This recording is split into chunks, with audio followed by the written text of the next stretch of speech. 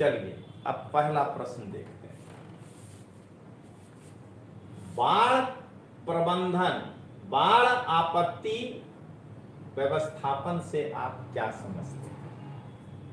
Question है पूर्व प्रबंधन पूर्व आपत्ति व्यवस्थापन से તમે શું સમજો છો?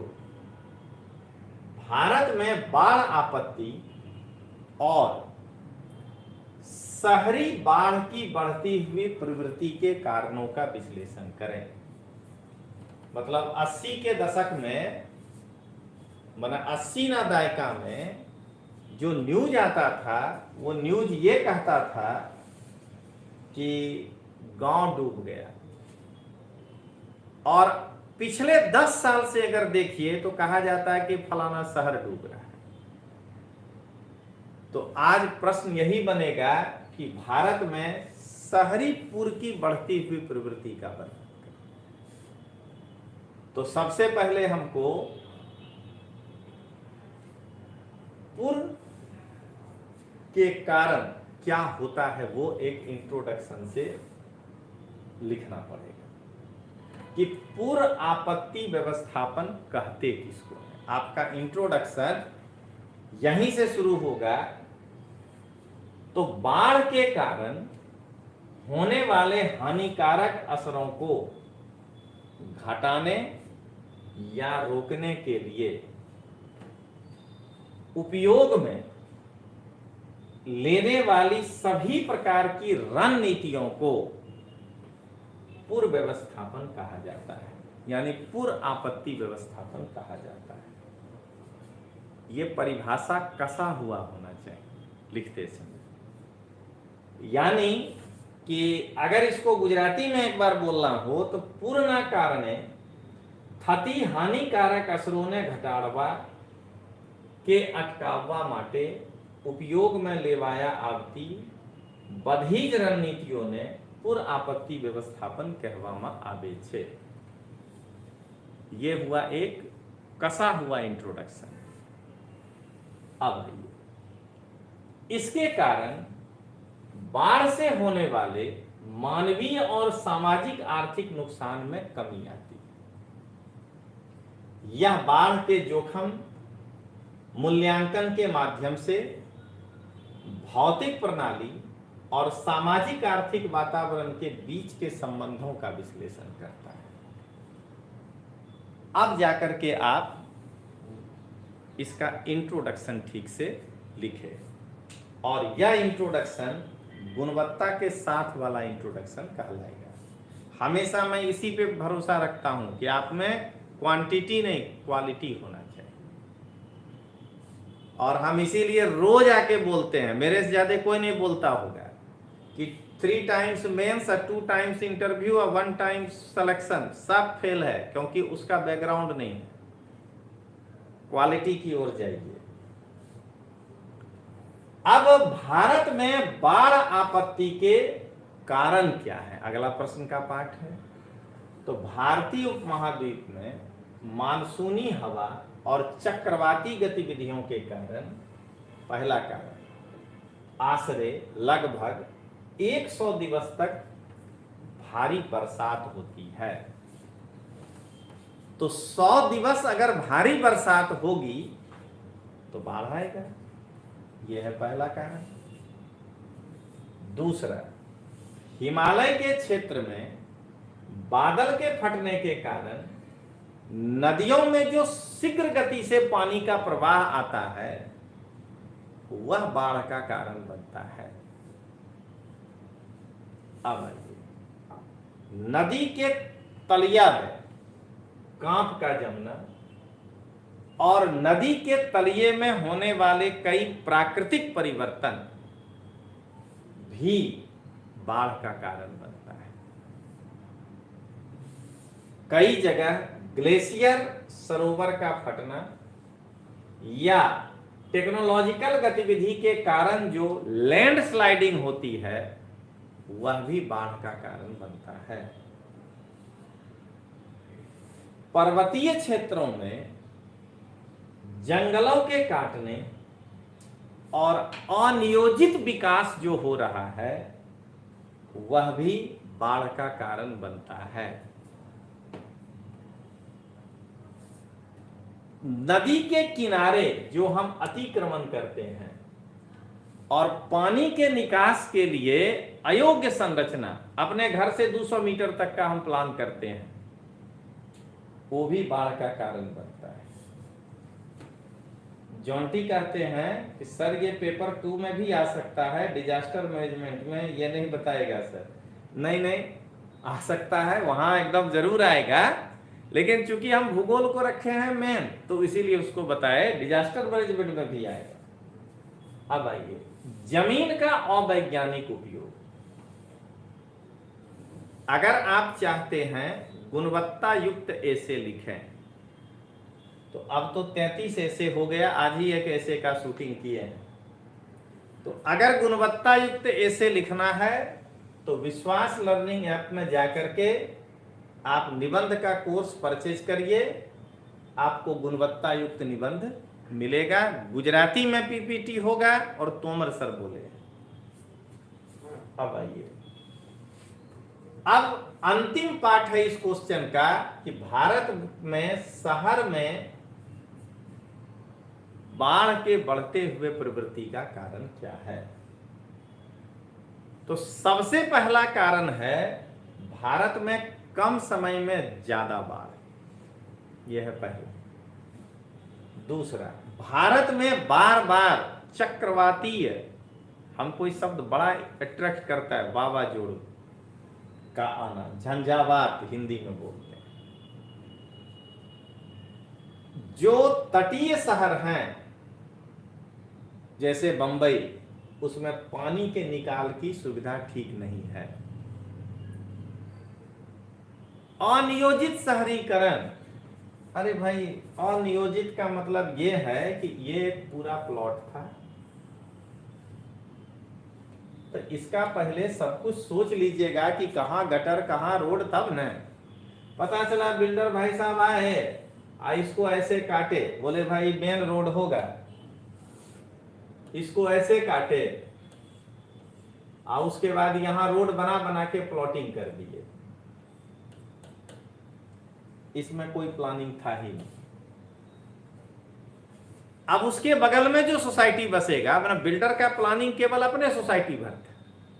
अब उसके बगल में जो सोसाइटी बसेगा, अब वो अपने लिए प्लान करेगा, उन दोनों का पानी का निकास कैसे होगा।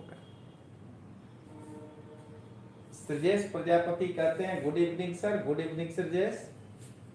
ये जो है अनियोजित शहरीकरण, गुणवत्ता देखिए, भारतीय शहरों में पानी के निकास की अयोग्य और अपर्याप्त व्यवस्था। अपर्याप्त का मतलब यह है कि पहले हमारा घर होता था इतना बड़ा बाउंड्री, और घर होता था इतना छोटा, तो बारिश का पानी इस मिट्टी वाले इलाके पे गिरता था और वो मिट्टी सोख लेता था। अब हमारा बाउंड्री अपार्टमेंट का हो गया है इतना बड़ा, और उसमें अपार्टमेंट बन जाता है इतना बड़ा, और ये सब भी पक्के रहता है। तो यहां जो बारिश हुई उस सबको जो आप नाला के माध्यम से स्ट्रॉन्ग वाटर लाइन में डाल दिए, कि कितना खींचेगा जरा ये बताइए। इसके बगल में 10 मंजिला घर बनाए हैं, उसके बगल में 5 मंजिला घर बनाए हैं। बोए कमलेश कहते हैं good evening sir. Good evening. अब आइए, वेस्ट मैनेजमेंट भी हमारा अयोग्य है, कूड़ा का ढेर लगा देते हैं। और समुद्र के किनारे जो ऊंची भरती आती है, उसकी जो संभावना है वह भी इसका कारण बनता है। गिरांजले मेहुल कहते हैं good evening sir. Good evening. अब हम कंक्लूड करेंगे कि इस प्रकार बाढ़ का कारण उत्पन्न जोखिमों के संदर्भ में समझ विकसित करके भारत में बाढ़ का कारण के उत्पन्न होने के जोखिम को घटाया जा सकता है।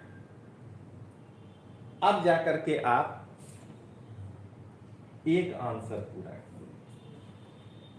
देख लीजिए, अगर इसके पीछे लग जाए, अगर रोज यूट्यूब पर आने लगे तो 6 क्वेश्चन हो गया।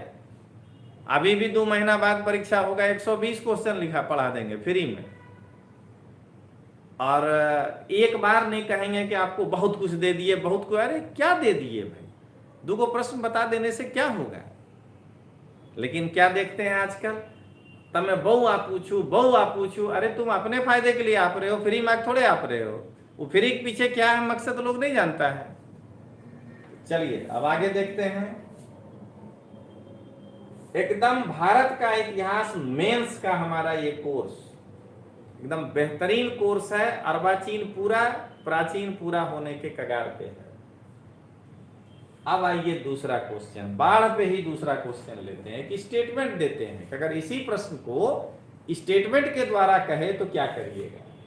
भारत में बाढ़ दर वर्ष होता है, जिसके कारण मानवीय और पर्यावरणीय जो आयाम है वह व्यापक रूप से असरग्रस्त होता है। इस कथन की व्याख्या करते हुए बाढ़ आपत्ति व्यवस्थापन की सीमाओं का वर्णन करें। सबसे पहले इसका एक इंट्रोडक्शन धांसू होना चाहिए। कम समय में अधिक वर्षा, पहले क्या कह रहा है, भारत में बाढ़ हर वर्ष बनता है। तो हमारा इंट्रोडक्शन ही शुरू होना चाहिए, बाढ़ आने का कारण क्या है। तब कम समय में अधिक वर्षा, चक्रवाती तूफान, तटीय शहरों में पानी के निकाल की समस्या, ऊंची भर्ती की घटना, अनियोजित शहरीकरण, पानी का अयोग्य निकाल और अपर्याप्त व्यवस्था, अयोग्य वेस्ट मैनेजमेंट इत्यादि के कारण भारत में हर वर्ष बाढ़ आता है। देख लीजिए, इसको कहते हैं गुणवत्ता। अब आइए, बाढ़ के कारण क्या क्या असर होता है। तो सबसे पहला असर यह होता है कि यह मानव निर्मित पानी के स्रोत और भूमिगत पानी के स्तर को ऊंचा लाने में मदद रूप होता है। हमेशा नुकसान ही नहीं देता है, फायदा भी देता है। ये अपने साथ लाए गए कांप को मैदान में फैलाता है, जिससे उसकी फलद्रुपता, उर्वरता बढ़ती है। ये आर्द्र भूमि के स्वास्थ्य को संतुलित करता है। अनेक समुद्र की आजीविका के बाढ़ चक्र पर यह निर्भर करता है। दलदल वाले क्षेत्रों में रासायनिक संतुलन रखने में यह मदद करता है। बाढ़ के पानी के द्वारा जमा किए गए मिट्टी नदी के, क्या देख रहे हैं, नदी के धोवान को अटकाता है। मिट्टी जमा हो जाएगा तो नदी जो है वो फिर घसारा या ये सब नहीं कर पाएगा। बाढ़ के कारण नदी के मुख पर डेल्टा का निर्माण होता है। अनेक लोगों को अब नुकसान भी, अपने मूल स्थान से विस्थापित होने के कारण उनको समस्या होती है। परिवार रूपी संस्था का क्षरण होता है। बाढ़ आपत्ति के समय चिकित्सा सेवाओं की पहुंच मुश्किल होती है और महिलाओं की इसमें अवगणना होती है। 150 घंटे का भारत का संविधान, पूरा का पूरा लेक्चर, पीपीटी सब कुछ रेडी है। अब लाभ उठाना है तो आपके ऊपर, नहीं तो यूट्यूब पर भटकते रहना है। क्या करना है, सब फ्री संभव है। अब आइए, ऐतिहासिक स्मारक और स्थलों के विनाश के कारण हमारे जो विरासत है उस पर नकारात्मक असर पड़ता है। आर्थिक गतिविधियों के ठप हो जाने के कारण आर्थिक नुकसान होता है। वन क्षेत्रों में आने वाले बाढ़ के कारण पारिस्थितिकी तंत्र को भी नुकसान होता है। कितना कारण गुणवत्ता के साथ बता रहे हैं, देखिए। बाढ़ नदी के किनारे के धोवान और मिट्टी के धोवान में बढ़ावा भी देता है। जब बाढ़ आएगा और वापस लौटेगा तो उसमें भी धोवान होगा। बाढ़ के तुरंत बाद पानी से होने वाली बीमारी और संक्रमण के कारण रोग फैलता है। स्वास्थ्य संबंधित आधारभूत मानकों नष्ट होने से स्वास्थ्य संबंधी गतिविधियां अटक जाती हैं। पर्वतीय क्षेत्रों में मिट्टी के धोवान के कारण ढाल का नुकसान होता है।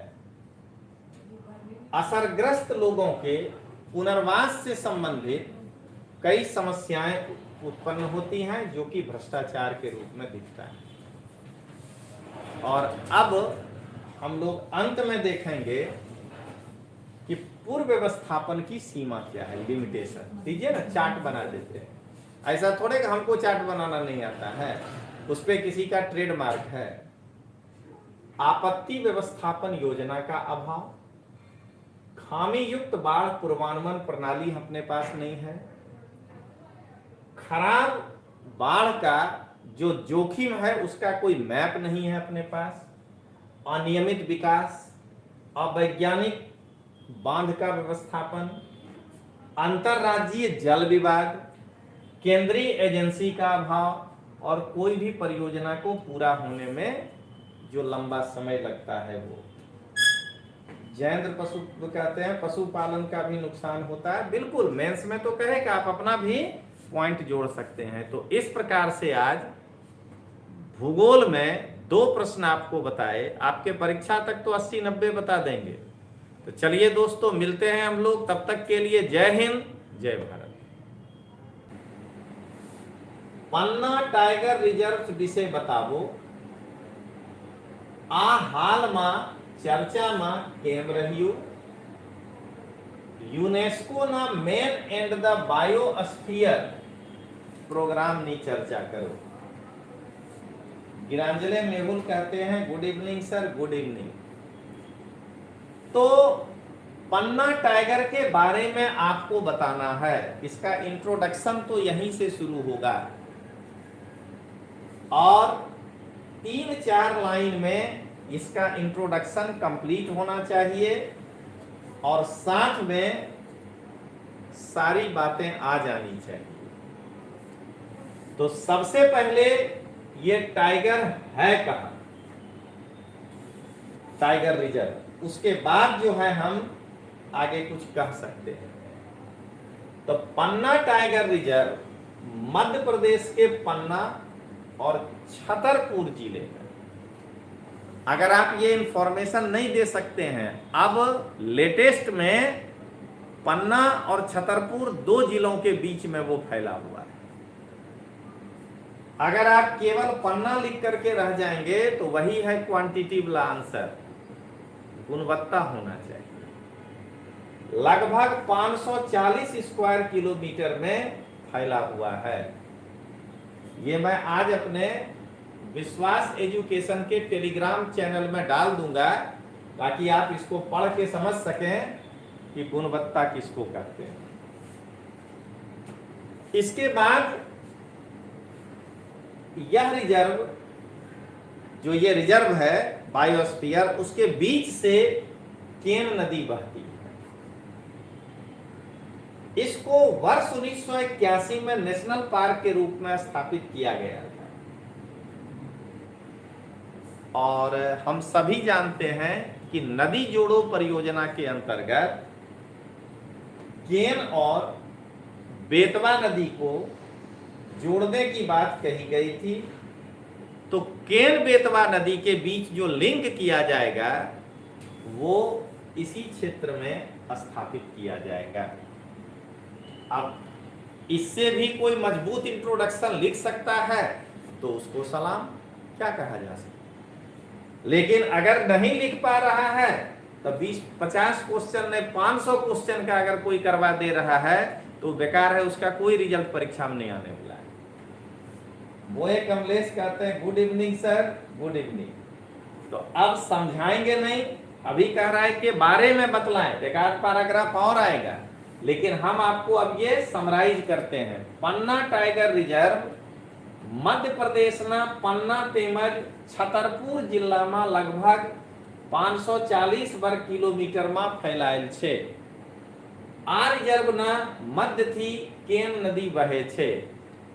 आने वर्ष 1981 में नेशनल पार्क ना रूप में स्थापित करवामा આવ્યું હતું। केन बेतवा नदी संपर्क परियोजना आ क्षेत्र में स्थापित करवामा आवशे। पन्ना टाइगर रिजर्व की जानकारी पहले देना है, कह रहा है के विषय में जनाइए, बताइए। गिरिराज प्रजापति कहते हैं नमस्ते एंड गुड इवनिंग सर। नमस्ते। अब आइए, वर्ष 1994 में इस नेशनल पार्क को भारत के 22वें बाघ अभ्यारण्य के रूप में स्थान दिया गया। खाली आप देखते जाइए कि पन्ना रिजर्व पार्क के बारे में कितना इंफॉर्मेशन आपको दे रहे हैं। मैं हमेशा कहता हूं कि बिना फैक्ट्स के, बिना तथ्यों की जानकारी के अगर कोई लड़का जाकर के मेंस का प्रैक्टिस कर रहा है, रोज राइटिंग प्रैक्टिस, तो वो वही चीज हुआ जो बीजी विदाउट वर्क होता है, जिसका कोई रिजल्ट नहीं आना है परीक्षा के बाद। हाँ, जो लड़का मजबूत है फैक्ट्स में, अगर वो टेस्ट सीरीज दे रहा है उसको लाभ होगा। अब आइए, नवंबर 1920 में इसे संयुक्त राष्ट्र शैक्षणिक, वैज्ञानिक और सांस्कृतिक संगठन और उसके world network of biosphere reserve में सम्मिलित किया गया था। यह पचमढ़ी और अमरकंटक के बाद मध्य प्रदेश का दूसरा रिजर्व है। इसको कहते हैं पन्ना टाइगर रिजर्व के बारे में जानकारी। अभी और चलना है, ये चर्चा में क्यों है, यही सब है। 1920 में जो है ये घटना घटा, ये चर्चा में है। अब मैं इसको गुजराती में बोलता हूं। नवंबर 2020 में आने संयुक्त राष्ट्र शैक्षणिक, वैज्ञानिक અને सांस्कृतिक संगठन ने તેના વર્લ્ડ નેટવર્ક ઓફ બાયોસ્ફિયર રિઝર્વમાં सम्मिलित કરવામાં આવ્યું છે। આ પંચમढ़ी તેમજ અમરકંટક પછી मध्य प्रदेश નું બીજું रिजर्व છે। ये हो गया कि यह चर्चा में क्यों है। संजय कुमार कहते हैं प्रणाम सर। प्रणाम संजय जी। अभी जो है हिंदी भी बोल रहे हैं और गुजराती भी, जिससे कि आप मेंस के बारे में देख सकें। ऐसे ही निबंध का हमारा जो ऑनलाइन कोर्स है, ये ऑफलाइन नहीं है। विश्वास लर्निंग ऐप पर जाइए, निबंध जो क्लास 1-2 के लिए देना चाह रहे हैं, 60 निबंध की ये श्रृंखला है। 32 निबंध उसमें अभी तक में है और बाकी मार्च लास्ट तक पूरा हो जाएगा। तो ये आप 1500 रुपया में अवेलेबल है। आप इसको देख करके निबंध ले सकते हैं, उसका लाभ। अब आइए, इस घोषणा का लाभ क्या है। कहने का मतलब ये जो हाल में चर्चा में क्यों है पूछ रहा है, तो वो बता दिए इसका लाभ क्या है। तो सबसे पहला लाभ ये है कि पन्ना टाइगर रिजर्व को अंतर्राष्ट्रीय स्तर पर पहचान मिलेगी। दूसरा, इस क्षेत्र में पर्यटन को प्रोत्साहन मिलेगा। इस क्षेत्र में विभिन्न प्रजाति पारिस्थितिकी तंत्र को संरक्षण मिलेगा। यह ऐसे क्षेत्रों में स्वास्थ्य पारिस्थितिकी तंत्र को बनाए रखने में मदद मिलेगी।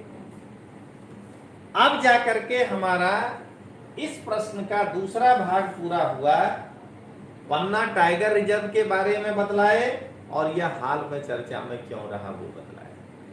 अगर ये गुजराती में क्लिप बोलना है तो पन्ना टाइगर रिजर्व ने आंतरराष्ट्रीय स्तर पर ओळख મળશે।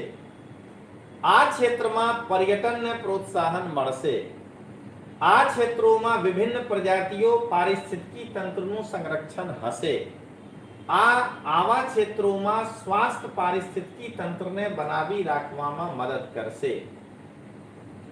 अब आइए, इस प्रश्न का अगला भाग है यूनेस्को का man and the biosphere programme. सबसे पहले ये प्रोग्राम है क्या, तो ये शुरू कब से किया गया है।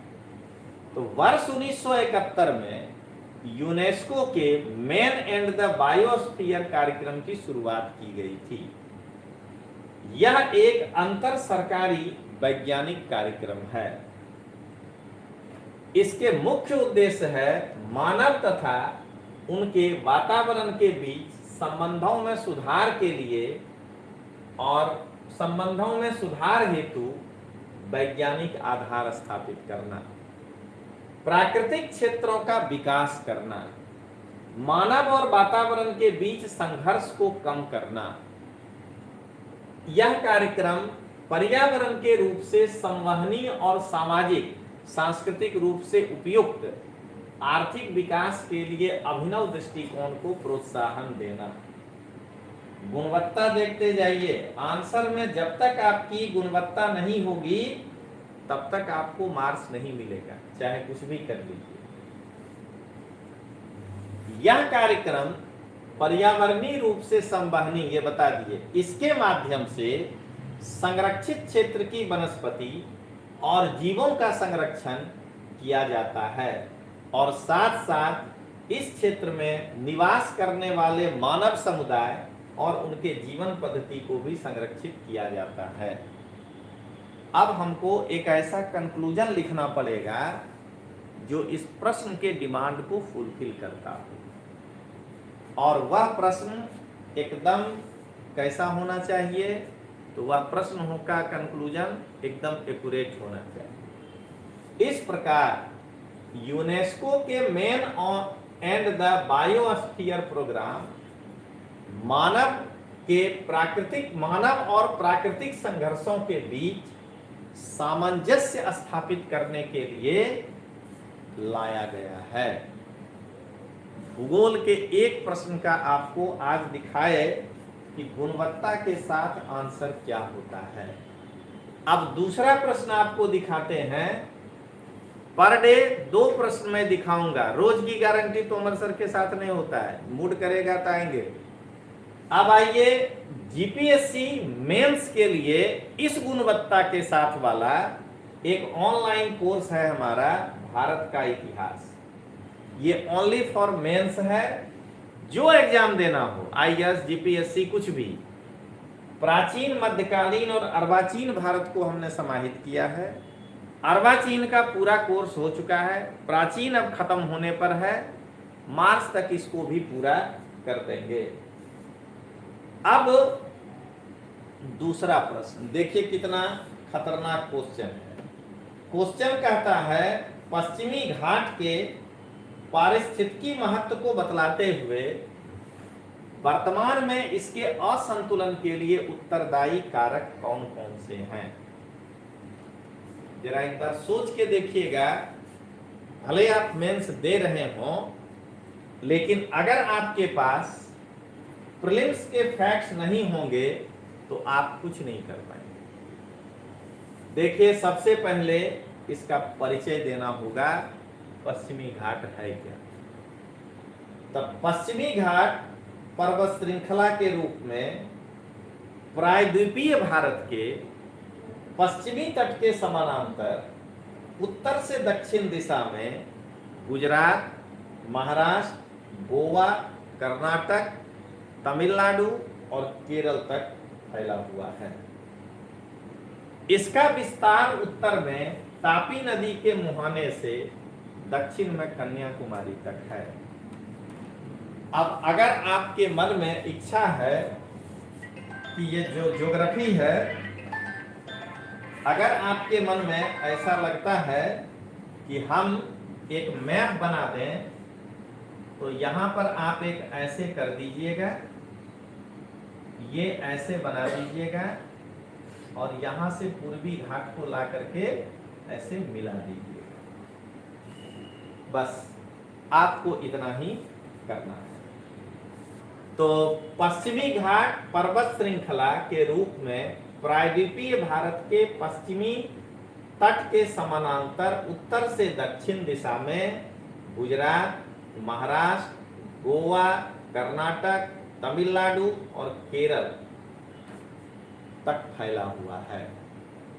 इसका विस्तार उत्तर में, ये रहा तापी नदी, दिखा दीजिएगा, तापी नदी के मुहाने से दक्षिण में कन्याकुमारी तक है। मैं 23 साल से इस बात को लेकर के क्लास से लेकर बाहर तक कर रहा हूं। और मैं हर एग्जाम में इस चीज को देखता हूं कि बच्चे क्यों नहीं परफॉर्म कर पा रहे हैं, मेरिट क्यों दिन ब दिन गिरते जा रहा है। ये यूट्यूब के हर एक महानुभावों को बताना पड़ेगा कि जब आप इतना अच्छा पढ़ा रहे हैं तो मेरिट क्या कारण से गिर रहा है। तो आज क्वांटिटी का बोलबाला हो गया है, क्वालिटी का कोई बोलबाला नहीं। जब तक कि आप गुणवत्ता के साथ नहीं पढ़ेंगे तब तक एक तो सफलता भी सुनिश्चित नहीं होगा और दूसरा कभी भी आपके मार्क्स ऊपर नहीं जाएंगे। चलिए अब आगे देखते हैं। पश्चिमी घाट के अगला पाठ है प्रश्न का कि पारिस्थितिकी, पश्चिमी घाट के पारिस्थितिकी महत्व क्या है। तो कहता है यह प्रायद्वीपीय भारत के नदियों को जल आपूर्ति करता है, जिससे प्रायद्वीपीय भारत के बृहद क्षेत्र में जल की उपलब्धता संभव हो पाई है। एकदम गंभीर से गंभीर चीज। और 2017 में जो तोमर सर का कमाल था वो यही था। जयेंद्र त्रिवेदी, सही कहा आपने सर। 2017 में जो तोमर सर ने कमाल दिखाया था कि 10 लड़के उनके उस परीक्षा में 400 प्लस मार्क लाए थे खाली रिटन एग्जाम में। ये कमाल इसीलिए था। अब तोमर सर मुनि हो गए हैं, मौन। जो करना है करिए, कोई बात नहीं। जो हमसे जुड़े हुए हैं उनका कल्याण होगा। चारे को जुड़ेगा, चारे को का कल्याण होगा। नहीं जुड़ेगा कोई बात नहीं, लेकिन ये कमाल इसीलिए था।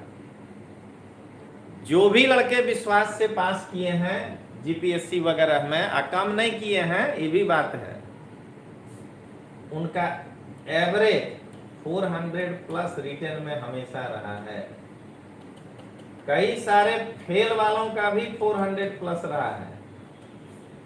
उसका रीजन यही है कि अभी मैं 1-2 प्रश्न आपको बता रहा हूं। मैं कोई सीरीज ऐसा नहीं चलाने वाला। गुणवत्ता में सीरीज नहीं चलाया जाता है। अब जरा आगे बढ़े। यह हिंद महासागर से आने वाले वर्षात वाहक हवाओं के मार्ग में अवरोधक बनकर दक्षिण पश्चिम मानसून को वर्षा कराने में सहायक होता है। ये लाइन लिखने के बाद अगर आपके मन में इच्छा हो जाए कि हमको जरा ये बता देना है, तो यहां पे ऐसे पानी दिखा दीजिएगा और यहां से ऐसे पवन को दिखाइएगा कि पवन यहां पर आ रहा है और ये टकरा करके यहां पे बारिश करा रहा है। हमेशा गुणवत्ता पे ध्यान देना है। आज जो हम लोग खुलकर कहते हैं, कोई नहीं कह पाता है, लेकिन आज आप देखिए कि अपने गुजरात के लड़कों का आईएएस के रिजल्ट में क्यों ऐसा हाल है। क्यों हम कभी 2 डिजिट पार नहीं कर पाते हैं। प्योर जो गुजरात के बच्चे हैं, मैं रोज कहता हूं कि हमारे गुजरात के बच्चों के आईक्यू में कोई कमी नहीं, बस उनको हम ही कोचिंग वाले लोग फंसा दिए। रोज 5 गो क्वेश्चन लिखो, गुणवत्ता आएगा तब हम पास करेंगे। आप देखिए 182 लड़के प्रीलिम्स पास किया करते थे गुजरात से। आज पिछला रिपोर्ट देखिए, हम घट के 127 हो गए। आखिर ये इतना बड़ा गिरावट कैसे हुआ? प्रीलिम्स में ही गिरावट हो गया है। तो उसका कारण यही है कि हम ऑब्जेक्टिव भी खाली पेपर बनाना चाहते हैं। देखिएगा आजकल लोग कहेगा हम 80 सेट बना दिए। अरे भाई 80 सेट का मैंने 8000 क्वेश्चन 16000 क्वेश्चन होता है, उसके बाद भी 200 को नंबर नहीं आता है पीटी में। उसका रीजन बस यही है कि पहले फैक्ट्स पढ़ा जाता है, तथ्य पढ़ना लड़का छोड़ दिया है, वीडियो देखने लगा है। आइए अब आगे देखते हैं। अब अगला है, जितना वीडियो देखेगा उतने मेरिट गिरेगा। पश्चिमी घाट के वन वायुमंडलीय कार्बन डाइऑक्साइड को कम करके पारिस्थितिकी संतुलन उत्पन्न करता है।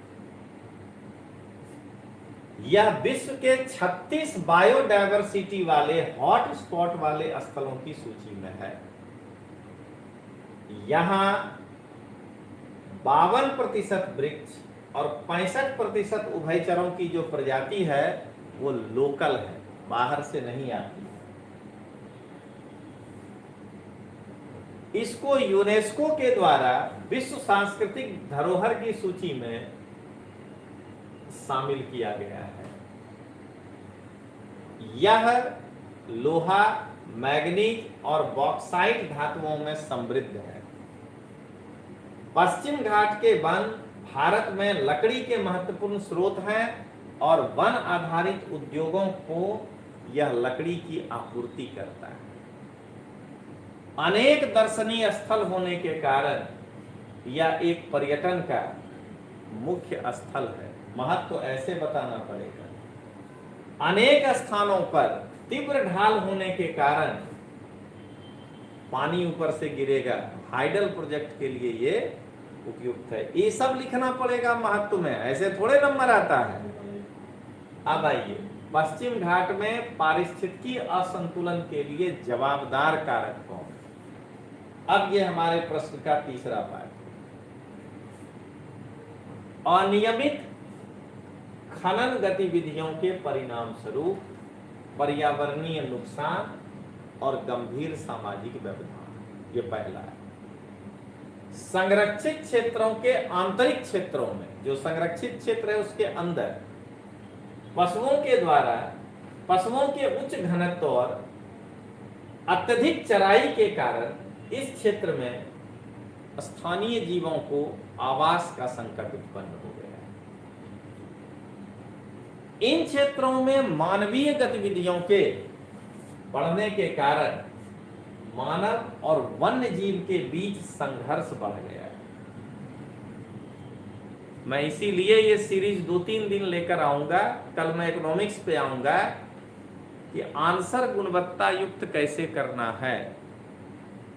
मैं हमेशा प्रयास करते रहूंगा, भले न कोई गुजरात के लड़के को किसी और दिशा में ले जाए, कि आप डायरेक्शन बदलो। आप डायरेक्शन बदलिए। एनसीईआरटी के नाम पर धोखाधड़ी है।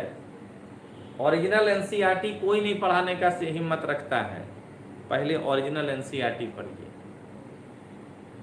ऑथेंटिक किताब जो है दिल्ली का, उसको पहले पढ़िए, लेकिन ऑथेंटिक पढ़िए।